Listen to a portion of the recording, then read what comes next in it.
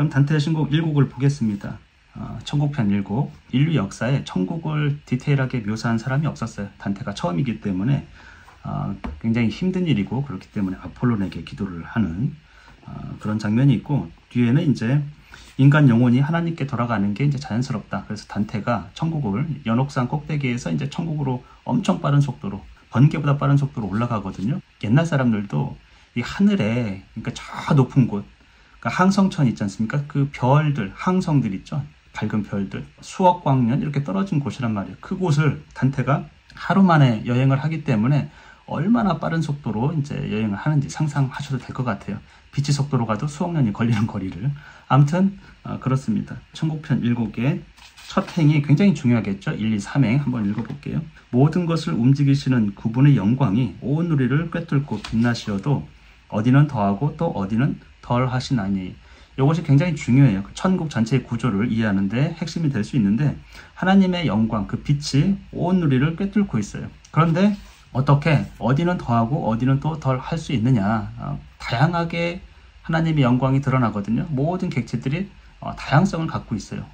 하나에서 시작된 창조자, 하나에서 시작된 일자에서 시작된 그 모든 존재들이 어떻게 이렇게 다양성을 갖게 될 수 있는가, 이런 의문이 이제 들고, 이것에 대한 이제 설명을 계속 베아트리체의 입을 통해서 하고 있습니다. 그 빛이 더할 나위 없이 담겨진 하늘, 엠피레오죠. 맨 꼭대기요. 거기서 내가 있어서 거기서부터 내려온 몸이라는 거예요, 자신이. 그래서 어떻다 말할 수 없는 여러 가지를 보았다고 되어 있어요. 여기서는 모든 것을 인간의 언어로 표현할 수가 없다라는 거예요. 언어적 한계도 있고, 또 뒤에 7행에 보면은 이는 우리의 지성이 그 소원에 가까울수록 깊이 깊이 가라앉아서 기억이 미처 따라올 수 없는 까닭이다. 그러니까 자기가 하나님의 임재, 거기를 가게 됐는데 엠피레오를 올라간 거죠. 거기서는 내 기억이 온전할 수가 없고 내 기억이 따라올 수가 없다라는 거예요. 그렇게 해서 그런 기억의 한계도 있다라는 거죠. 그래서 이제야 바야흐로 내 노래의 줄거리는 성스러운 나라의 일이 되리라. 그러니까 천국 얘기를 하겠다라는 겁니다. 어쨌건 어려움이 있어요. 인간의 이성의 능력의 한계, 그 다음에 우리 언어의 한계, 그 다음에 그 하나님의 임재 앞에 갔을 때 기억이 미처 따라올 수 없었던 그런 능력의 한계들, 여러 가지가 있습니다. 그래서 아폴론 신에게 기도를 합니다. 월계관을 자기에게 주시리라 하고 당신의 힘에 맞는 그릇이 되게 나로 하여금 해달라고. 그러니까 인류가 해보지 못한 일을 하기 때문에 자기를 좀 큰 그릇으로, 그리고 위대한 뜻을 담을 수 있도록 그 일을 끝까지 잘 해낼 수 있도록 기도를 하고 있는 거예요. 그 전에는 파르나소스에 이제 한 봉우리로 넉넉했다. 그러니까 무사 여신으로 넉넉했는데 지금은 그럴 수가 없어서 자기가 지금 돌을 지니고 싸움터로 가는 그런 심정이거든요. 결연한 의지를 보여주고 있어요. 그래서 여기는 이제 아폴론의 도움도 필요하다라는 거예요. 19행에 드시라는 건 들어오시라. 내 가슴 안에 영감을 불어넣어 달라, 이런 것이죠. 그리고 마르시아스를 칼집에서 뽑아낸 그때처럼 너희 순표를 불어주시라. 그러니까 그거는 마르시아스하고 경연대회를 했잖아요. 그래서 마르시아스의 일종의 판신인데 껍질을 벗겨가지고 거꾸로 매달았어요. 그때의 열정인 거죠. 어떻게 보면 분노와 같은 건데 하여튼 에너지가 엄청 넘치는 그런 상태로 나를 만들어 달라는 거예요. 단테가 지옥편, 연옥편을 쓰고 마지막 천국편을 써야 되는데 제가 봐도 굉장히 지쳤을 것 같아요. 육체적으로, 정신적으로 여러 가지로 지쳤을 것 같아요. 근데 마지막 끝까지 가야 되지 않습니까? 에너지가 필요한 것이죠. 열정이 필요한 거예요. 누구도 해보지 못한 길이에요. 지옥 같은 경우에는 이제 오디세우스도 갔다 오고, 그러니까 호메로스도 썼고, 그다음에 아이네이스에서도 나오잖아요. 그렇기 때문에 베르길리우스 썼고, 근데 이 천국은 누구도 디테일하게 설명한 적이 없어요. 성경에 잠깐 나오지만 그것도 구체적인 어떤 모습은 전혀 없죠. 신묘한 힘이요, 아폴론에게 계속 기도를 하는 겁니다. 그래서 복된 나라의 그림자를 나타내 보이게 하면 복된 나라의 그림자라도, 내가 실체를 못 보더라도 그래도 묘사할 수 있는 그 무언가를 이제 잡고 가고 싶은 거예요. 그래서 자기가 월계수나무 아래에 오면은 잎사귀로 월계수 잎으로 나에게 이제 면류관을 씌워달라. 이 일을 끝까지 잘 영광의 순간까지 이끌어 달라, 이런 기도를 하고 있어요. 그리고 아비여 카이사르나 시인의 개선을 위하여 인간의 의지의 잘못과 부끄러움으로 거두어지기 이렇듯 드문 일이기에. 무슨 얘기냐면 아비여라는 건 시인의 아버지요. 그러니까 아폴론을 얘기하는 거겠죠. 그다음 카이사르도 개선 장군으로서 이제 개선문을 통하여서 왔지 않습니까? 그리고 시인의 개선, 엄청난 일을 이루고 성취를 이루고 나서 이렇게 이제 오는 거, 이게 굉장히 어렵다라는 거예요. 굉장히 드물다라는 거예요. 인간의 의지가 박약하기도 하고 또 부끄러움, 이런 것들로 인해 가지고 일을 완수 못하는데 자기에게는 끝까지 완수할 수 있도록 아폴론에게 계속 기도를 하고 있습니다. 작디 작은 불빛 뒤에 자기의 그 작품에 대해서 작은 불씨라고 했어요. 그리고 그 뒤에 또 큰 불꽃이 따를 것이다. 내가 천국에 대한 묘사를 이렇게 해놓으면 그 뒤에 더 많은 훌륭한 작가들이 더 풍성하게 천국에 대해서 더 얘기할 수 있을 거라는 거예요. 그리고 이제 그때는 이제 춘분 때죠. 춘분 때 가장 은혜로운 만물이 소생하는 그런 때입니다. 지금 거기 아침이에요. 43행에 보면은 해가 떠오르는 아침이고 북반구는 이제 저녁이 되겠죠. 그때 베아트리체를 보고 있는데 베아트리체는요 태양을 보고 있어요.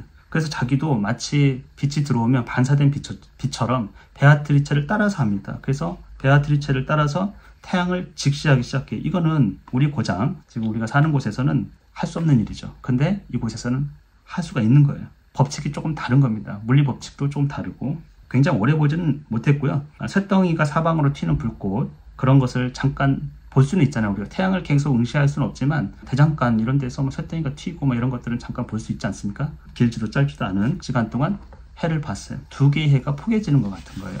그러니까 지금 하늘로 올라가고 있거든요.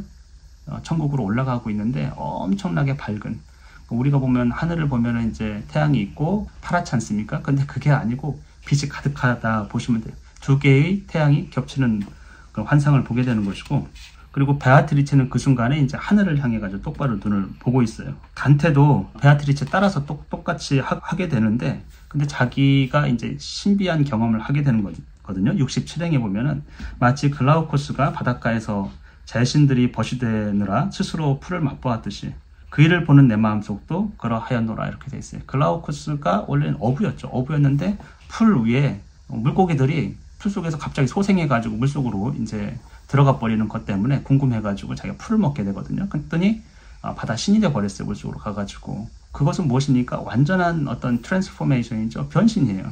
내적 변화가 말로 표현할 수 없는, 그러니까 인간에서 신적인 존재로 변화하는 경험을 글라우코스가 했단 말이에요. 근데 단테는 지금 그러한 입장이라는 거예요.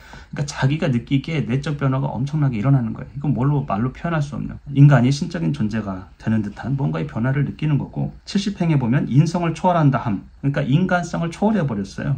초월적 어떤 경험을 지금 단테가 하고 있는 거예요. 은혜로서. 그래서 73행부터 보면은 하늘을 다스리시는 사랑이요. 그러니까 하나님의 본체는 이제 사랑입니다. 본질은. 그리고 당신의 빛으로 나를 들어 올리셨으니 맨 나중에 창조하신 한쪽 분인 나였는지 당신이 아시나이다. 맨 나중에 창조한 한쪽 분인 나는 이제 영혼이거든요. 육체와 영혼, 육체를 만들고 마지막으로 숨결을 불어넣었어요. 근데 단테가 지금 의문은 내가 하늘로 올라가는데 너무 빠른 속도로 올라가거든요. 근데 육체가 따라오는지 아니면 영혼만 갔는지 지금 헷갈리는 거예요. 그래서 당신만이 아시나이다 이렇게 되어 있습니다. 76행에 보면 마냥 당신이 그립도록 늘 있게 마련하신, 그러니까 모든 만물은 하나님을 그리워하고 하나님을 지향해요. 그래서 죽어서 하늘로 올라가는 것은 너무나 당연한 것처럼 되어 있습니다. 잡아 끌어올리는 것처럼, 마치 우리가 살아서는 중력에 의한 물리법칙에 의해서 물이 위에서 아래로 흘리듯이 죽어서는 그 영혼이 위로 향하는 거예요.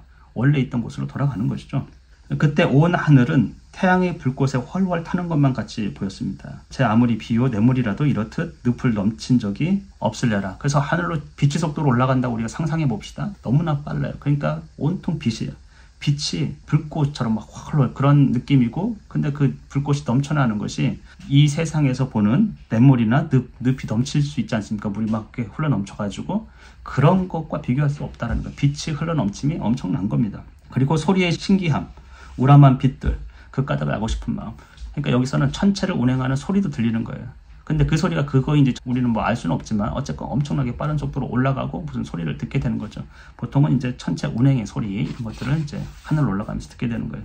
그래서 너무 궁금한 것들이 많이 생긴 거죠. 그때 묻기도 전에 이제 베아트리체가 이야기를 합니다. 88행에 너 그릇된 상상으로 자신을 아둔하게 만드는구나. 그렇기에 이를 떨쳐버리기만 하면 꼭 볼 것을 너는 못 보는 게로다.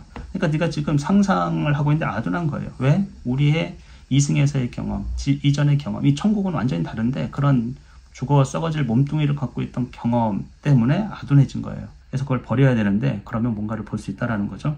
너는 지금 땅 위에 있지 않다라는 거예요. 그리고 제자리에서 벗어나는 번개라도 그리로 돌아가는 너같이 내닫지는 못하리라. 하늘에서 땅에 떨어진 번개가 엄청 빠르고 순간적이지 않습니까? 근데 너는 지금 올라가고 있는데 번개보다 빠르다라는 거예요. 그렇게 웃음 지으면서 말씀을 하고 있죠, 베아트리체가. 근데 또 다른 또 의혹에 휩싸여 있어요. 뇌가 단테가 지금 올라가고 있는데 이 가벼운 물체들을 어찌 넘을까 궁금하였다 이렇게 돼 있어요. 단테가 어떻게 이 육체를 가지고 이 공기, 대기, 하늘 이렇게 올라갈 수 있는지 몸 때문에. 근데 지금 아까 처음에 질문랑 비슷해요.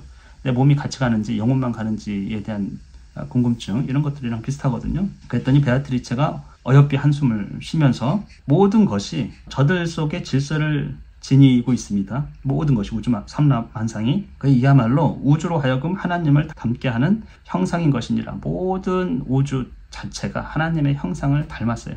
성경에 보면은 인간이 하나님 형상을 닮았다고 하는데 창조된 모든 것은 하나님의 형상이라는 거는 이제 이데아 같은 것이거든요. 그래서 철학에서 보면은 진료가 있어요. 진료, 실제적인 물질, 재료, 그리고 형상이 있어요. 제가 어머니 뱃속에서 하나의 씨앗이었을 거 아닙니까? 현미경으로 겨우 볼 수 있는 씨앗. 근데 그것이 이 몸을 만들었어요. 무엇이 형상이니? 이미 그 전에 어떤 것이 형상으로 이루어지겠다라는 어떤 계획 같은 게 이미 있다라는 거죠. 아무튼 그래서 우주의 삼라만상의 모든 것들은 그 하나님의 형상을 닮았어요. 이미 하나님께서 이 많은 것들을 만들 때 그런 것들을 이제 설계해 놓은 것이죠. 그리고 여기에 드높은 피조물이라는 거는 이제 이성을 가진 이제 천사라든지 인간인데, 인간이나 천사는 그 영원하신 힘의 자취를 볼 수 있다라는 거예요. 이성을 통해 가지고 하나님의 창조의 흔적들을 우리가 관찰하고 알아낼 수 있는데, 이것이야말로 지금 바로 말한 규범들이 되는 그 목적을 위한 것이다. 모든 질서는 뭐를 위해서? 그 목적, 하나님을 위해서 있는 것들이에요.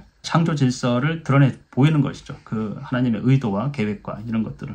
그런 것들을 이제 잘 살펴보라는 겁니다. 전체 자연은 내 이르는 바 질서 안에서 그 갖가지 몫에 따라서 가까이든 멀리든 그들이 근원으로 기우는 것이다. 구행에 보면은. 그래서 모든 만물은 질서 안에 있고 각자의 몫에 따라 가지고 가까이 멀리든 근원으로부터, 하나님으로부터 거리라는 게 있어요. 가까이 있을 수도 있고 멀리 있을 수도 있고. 그러니까 적절한 거리에 배분돼 있어요. 그리고 근원으로 다 기울어 갑니다. 창조된 원래의 고향처럼 그곳으로 기원으로 이제 기울어지는 것이죠. 그래서 존재의 한 바다를 거쳐서 여러 폭으로 옮아가고 그러면서도 깡그리 제게 붙여진 본능을 지닌다고 되어 있어요. 모든 존재는 이제 존재의 한 바다의 존재자로서 이제 위치하게 되는데 여러 포구들로 옮겨가죠. 각자의 포구가 있는 거예요. 각자의 목적이 있는 거예요. 모든 존재는 그 각자의 목적을 지향하고 목적으로 가는 거죠. 그리고 본성이죠. 어떻게 본능이 붙여져서 그걸 지니게 돼요. 모든 존재자는 하나님으로부터 나왔어요. 그리고 하나님과의 거리라는 것들이 서로 다 다릅니다. 그것이 나중에 다양성을 만들게 되는데, 그것들은 자기 본연의 목적을 포구를 향해서 가고 목적이 있고 본능을 갖고 있다. 이런 설명을 하고 있어요. 불이 달 쪽으로, 그러니까 위쪽으로 막 올라가려고 하고 죽어질 마음 안의 원동력, 그러니까 피조물들의 원동력이라는 건 심장의 운동 같은 것들이거든요. 그런 것들, 땅을 하나로 묶는 것들, 이런 것들이 다 본성이고 본능이라는 거예요. 땅을 하나로 묶는 거는 사실 일종의 중력이거든요. 그것도 다 사물에 붙여진 하나님의 질서 안에서 있는 본능이라는 거예요. 118행에 보면 이 활은 지성 밖에 있는 피조물뿐만 아니라 지성과 사랑을 지니는 그들도 쏘아버리느라 이렇게 돼 있어요. 활이라고 되어 있지만 그건 어떻게 보면 이제 본능이거든요. 그것은 지성 밖에 있는 사물이나 동물이나 식물 이런 것뿐만 아니고 지성 안에 있는 인간이겠죠. 인간에게도 그 본능, 하나님의 의도, 하여튼 이런 것들을 갖게 된다라는 겁니다. 그래서 뭔가를 지향하게 돼요. 날 때부터. 이같이 모든 것을 골고루 안배하는 섭리가 한껏 빠르게 도는 하늘을 안으로 감싸는 하늘을 항상 그 빛으로 고요하게 하느니라 이렇게 돼 있어요. 이게 이제 골고루 이런 것들을 분배한단 말이죠. 근데 맨 위에 엠피레오가 있지 않습니까? 그 밑에 그것이 이제 뭘 감싸고 도냐면 그 밑에 있는 원동천을 감싸고 있어요. 원동천이라는 거는 모든 천체를 움직이는 하늘이거든요. 그 위에 하나님이 계시고 거기에 이제 엠피레오가 있어요. 빛이 가득한 곳. 거기 밑에 이제 원동천이 있고, 원동천이 이제 우주의 운행 이런 것들을 이제 최초의 시발점이 되는 것이거든요. 모든 운동의 시작, 전체 운동 이런 것들을 시작하는 원동천이 있는데, 이제 막 기쁨의 관역을 겨눠서 모든 화살을 쏘는 저 시위의 힘이 우리를 결정된 자리인 양 저리로 실어가는구나 이렇게 되어 있습니다. 기쁨의 관역을 겨눠가지고 모든 화살을 쏘는 저 시위의 힘, 어떻게 보면 이제 본능이기도 하고 하나님이 만든 질서이기도 한데, 그런 것들이 천체 운행에 의해 가지고 막 쏘는 거죠. 일종의. 그러면 결정된 자리, 이거는 운명입니다. 별의 운행과 그런 것들에 의해 가지고 인간의 운명이 결정된다고 옛날에는 생각했어요. 그렇게 해서 제 갈 길을 가는 거예요. 자기 운명이 실어가는 거예요. 그러나 흔히 상이라는 형상입니다. 127행. 예술이 참뜻과 어울리지 않음은 예술이 참 뜻은 예술가의 의도거든요. 하나님의 의도 또는 예술가의 의도와 어울리지 않아요. 어떤 게 상이, 형상이, 원래 형상이라는 게 이렇게 되라고 되어 있는 건데 그게 어울리지 않도록, 예술가의 의도에 맞지 않도록 된 것은 재료가 마음먹은 대로 말을 듣지 않기 때문에 재료의 어떤 결함이라든지 그런 게 있을 수 있다라는 거예요. 우리도 뭐 DNA가 갑자기 이제 유전자 변형 같은 걸 일으키지 않습니까? 형상은 원래 이렇게 되라고 되어 있는 건데 온전한 팔 2개를 만들라고 되어 있는데 재료의 어떤 이제 결함으로 인해 가지고 한쪽 발이 안 나오는 그런 거 있을 수 있지 않습니까? 그런 것이 사실이라면 피조물도 이와 같아서 때로는 제 길에서 동떨어지는 것이다.